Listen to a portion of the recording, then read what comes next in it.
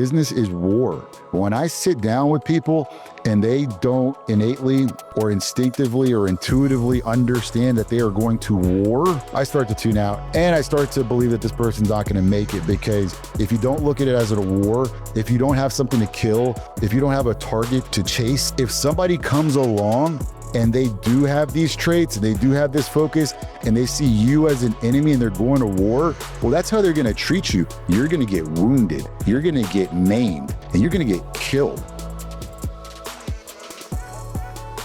Guys, what's up? Carlton Washington here. And today I want to talk about something that's probably one of my top favorite things to talk about. That's going to be guerrilla marketing. I feel like this term is misused sometimes. And then I also feel like this term is not used enough. I also know for a fact this term is not respected enough in most businesses, especially retail businesses. And one of the things I notice also with businesses that turn into larger scale businesses is this is one of the things that gets forgotten about. This is one of the things that gets buried by people who really don't understand. And the reason why I believe they don't understand it is because their brain doesn't want to understand it. Because you want to know what guerrilla marketing takes? It takes the one thing that each and every one of us has, as long as we're not handicapped, and that is effort, consistency, discipline, and work ethic. Everybody's always looking for short-term gain, ROI that is quicker and less expensive, right? And then we're dealing in a culture where people are sitting in their condos, sitting in their offices, sitting at home offices, not interacting and engaging with the people that matter most, our clients, who are responsible for all the revenue that keeps our businesses going. And so guerrilla marketing gets forgotten about. Some people call guerrilla marketing grassroots marketing. I don't care what you call it, as long as you do it. If you're in a business, or if you have a job and your job is to get revenue coming in the door, who is controlling revenue? People are controlling the revenue, whether you're dealing with one client at a time, one patient at a time, one corporation at a time, right? We need a volume of this activity to get revenue in. And so guerrilla marketing is a term that really comes from guerrilla warfare. And if you guys don't know what guerrilla warfare is, that's kind of sad. I don't know what they teach in schools these days. So quick lesson. In short, guerrilla warfare was basically when they stopped aiming at each other and just going in a straight line, like in the Civil War and the Revolutionary War, where you have two armies just pointing their guns at each other. And like you're sitting there watching that in history or in a movie saying that this is the dumbest thing you've ever seen. And so some people, when they would go into other territories or fight new enemies, these people were fighting with what's called guerrilla warfare. Guerrilla warfare is where people are strategically jumping out of trees, setting traps, coming from the side, coming from behind, coming from the front, all different angles, and not sitting there like an idiot pointing a gun or a cannon at somebody and just going into battle, right? How stupid is that? Like, so literally everybody on the front line is going to get killed, right? And then we just don't have anybody else to kill anymore. That's kind of like what you see in marketing today. It's like people just lining up, spending a whole bunch of money. Does it work? I don't know. If not, the people on the front line are going to get killed, i.e. your marketing executives, your marketing team, whoever, everyone's going to get the blame for something that they couldn't control in the first place. They're just following orders, right? And so guerrilla marketing comes from guerrilla warfare. And I remember personally sitting down with Kevin O'Leary. Who don't know who Kevin O'Leary is? This is the guy from Shark Tank. I had the privilege of sitting down with him multiple times and talking about business. And Kevin O'Leary, if you follow him, he says, business is war. When I sit down with people and they don't innately or instinctively or intuitively understand that they are going to war with their business, I start to tune out. And I start to believe that this person's not going to make it, because if you don't look at it as a war, if you don't have something to kill, if you don't have a target to chase and to focus on, and if it's not intense like that, if somebody comes along and they do have these traits, and they do have this focus, and they see you as an enemy and they're going to war, well, that's how they're going to treat you. And you're going to get killed. You're going to get maimed. You're going to get wounded. That's just how business goes. I actually find that to be the fun part of business, because otherwise these activities could be mundane. So what are we looking to do? We're looking to take over the battlefield. We're looking to take market share. And so kind of give you a description of what that is. My story when it comes to guerrilla marketing is real easy. I went to school at Howard University in the 90s, and I loved to have a good time. And I used to throw parties. And initially, the parties were just like your Project X type of parties. Invite a bunch of people, crash out somebody's house or dorm room or whatever. And they started getting traction, and they started getting a little larger and a little larger. And then it went from dorm rooms to houses, from houses to clubs, from clubs to also pairing with music artists and record companies to promote hip hop artists in the Washington D.C. area. And what happened is it taught me how to move people en masse. It taught me the nuances of what did people want to see on a flyer to go somewhere, and how do we get those people en masse so one, they could have a really good time, and two, we could make some money as young people. And so this was really my first business, first entrepreneurial venture. And so what did that look like? That looked like us being out, 10, 11, 12, 3 o'clock in the morning, hitting all the let outs from the bars, hitting all the let outs from the nightclubs, going to all the universities, Georgetown, Maryland, Howard, George Washington, going door to door and person to person and literally spreading the word about what we're doing, one person at a time. It's not sophisticated, but what opportunities did it give us? It gave us the opportunity to convince somebody in person to go. It gave us control because we could count how many actual RSVPs we actually had, how many people really actually promised us they're going to go. And then we realized that some of those people that were promising us that they would go, we actually had to discount that number because people are full of shit. So it gave us the ability to actually see what was really happening in our business, which was moving people to show up to a concert, moving people to buy music, or moving people to go to a club or bar. And so these things, once we got good at them, you could actually feel it. You knew when you were going to have a good party. You knew when it was going to be successful. Why? Because of the thing that people are discounting right now is that we actually knew what the people were saying. We actually knew what it was they wanted to see, why they liked it, why they didn't want to go to other club, why they didn't like the last party. And so that feedback made us better at what we did. Now, my story kind of fell short because after a while, you're basically out in the streets, Washington, D.C., doing this kind of stuff. It's shady business. People don't want to pay you sometimes. Club promoters, owners don't want to pay you sometimes. All types of disagreements. And you're also dealing with a nightlife element. So, my father actually made me make a promise to him to say, look, just stop doing this and graduate, get out of school. And that was always important to me to please my parents with that, give them, kind of that opportunity to have a college graduate. So I stopped and I graduated. But I always had that itch for entrepreneurship. And so what I learned is, as I went into my career in banking and insurance and through these jobs, which still required us to get a different type of consumer to come in, is that I needed a volume of people to hit my goals. I needed to lend people money. I needed to collect deposits. And I also needed to bring in investments. So how am I going to do this?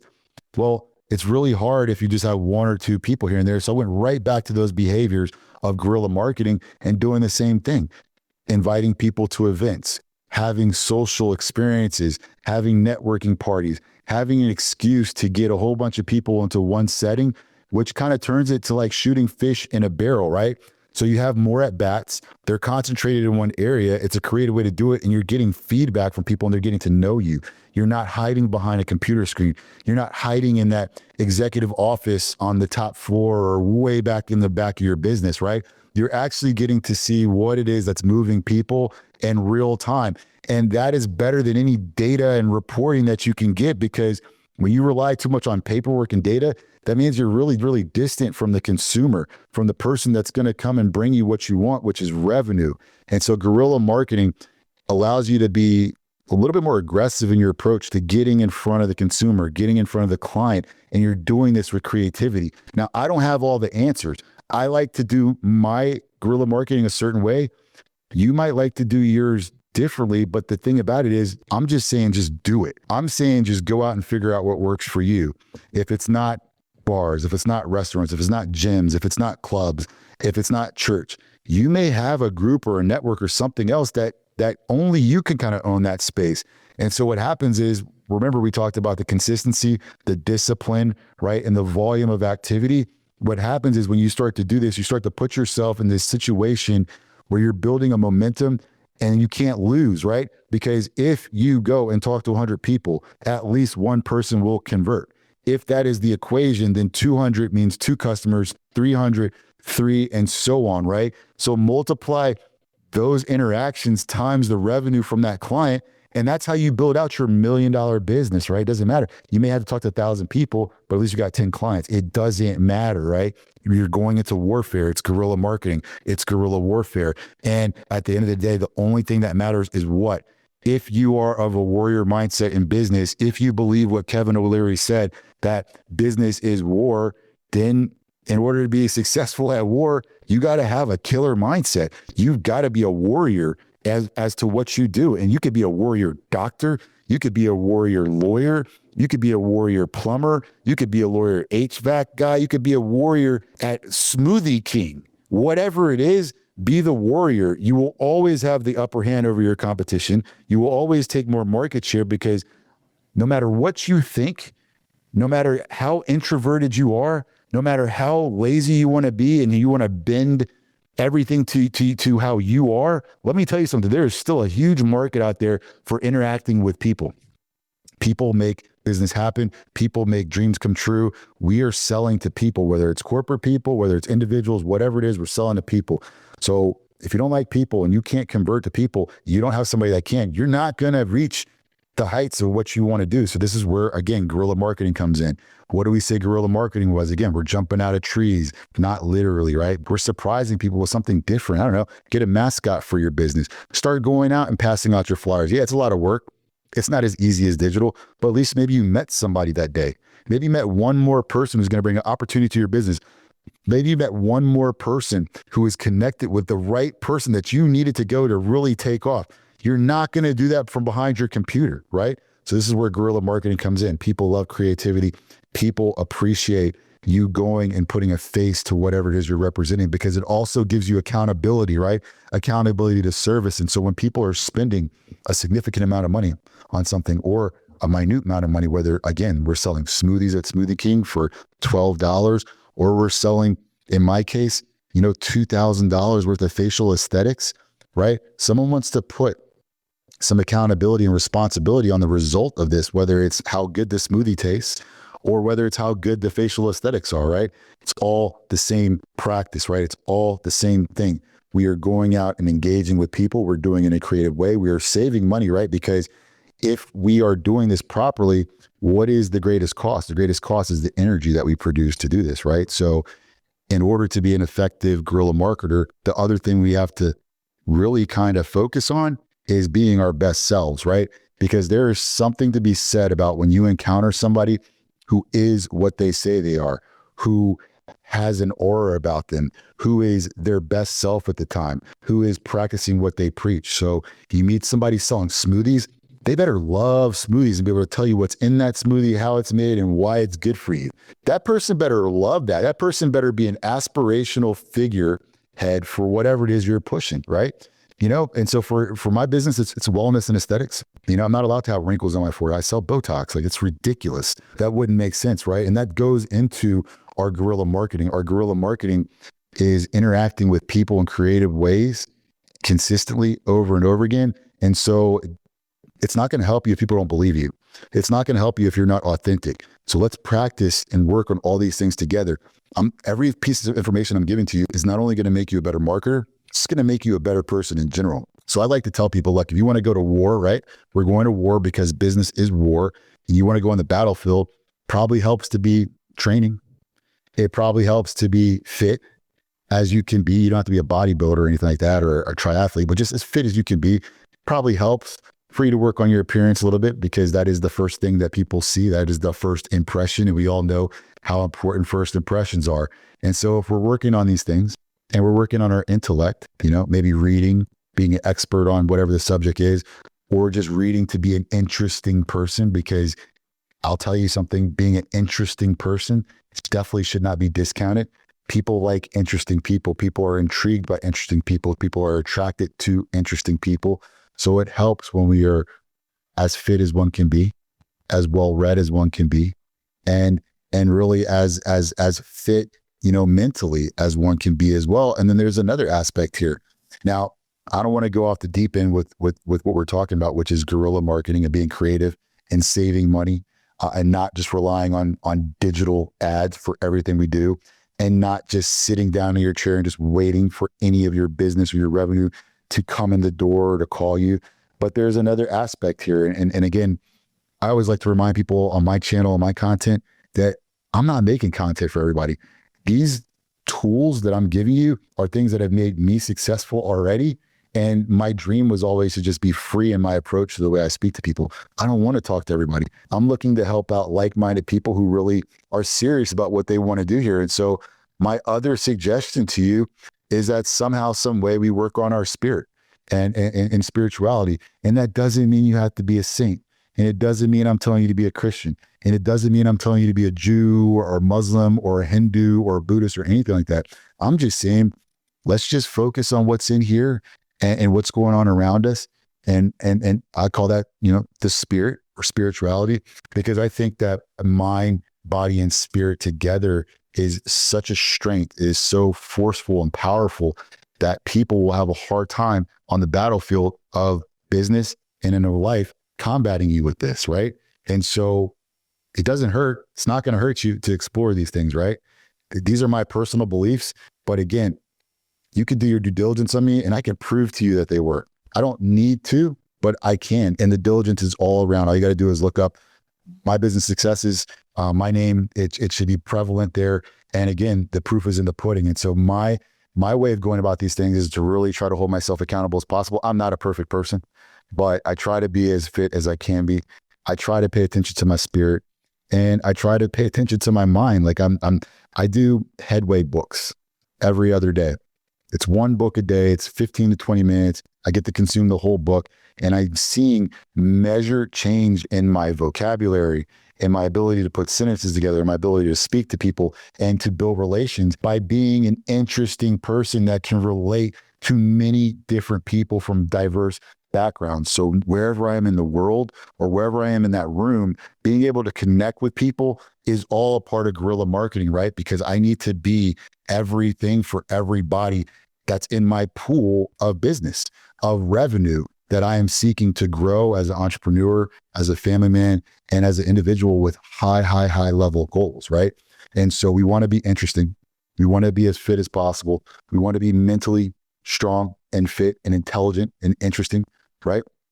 And we want to be spiritual, and these are the things that help a guerrilla marketer. And so again, going back to the beginning, guerrilla marketing is the art of warfare in business, in which we are utilizing tools that have been forgotten about, that have been around for centuries, since biblical times, of how to promote one's business one step at a time, to build relationships, to build deep connections with the customer, no matter who it may be, large or small. We want to think outside the box. We want to think, what can we do with the tools that we have? Our legs, our arms, and our hands, if you're blessed enough to have those things. If you're able-bodied, that means that we can go out and shake someone's hands. That means that we can walk down the street and put a flyer in someone's door. That means we can go and put something in their mailbox. That means that we can go and set up a booth somewhere if we're allowed and just meet 5 or 10 people 3 times a week.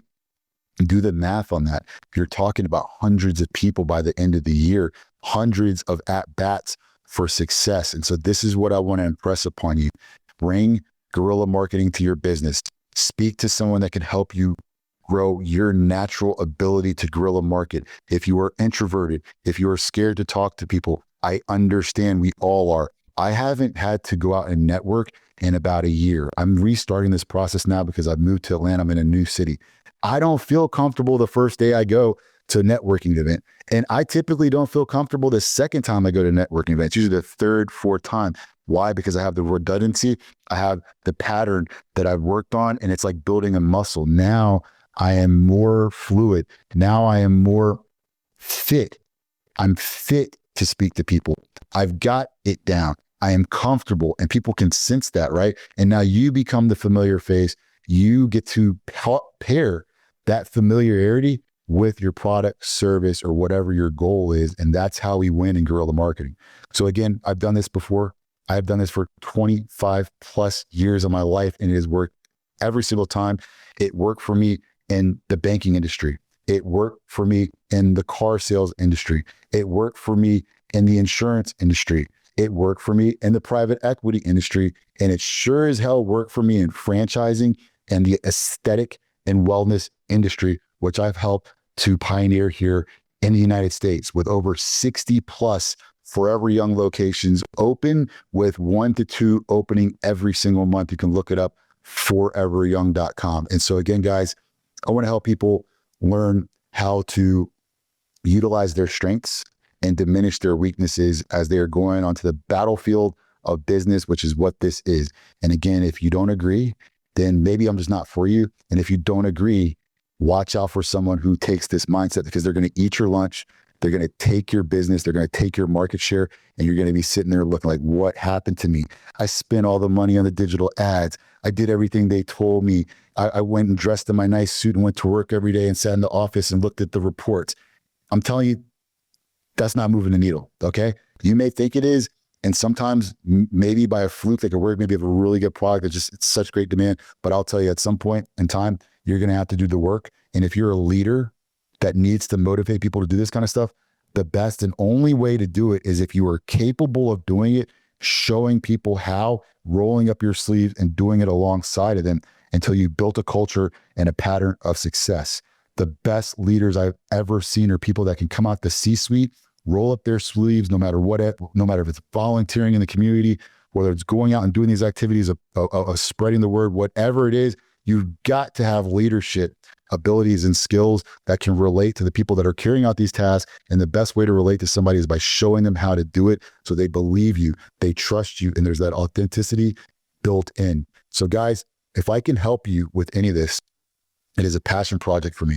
I've already told you in this video, I'm not here to work with everybody. I'm here to work with people who want to achieve these ideals, who want to accept coaching and learning on something that maybe they don't feel too comfortable with, but you're willing to give it a chance.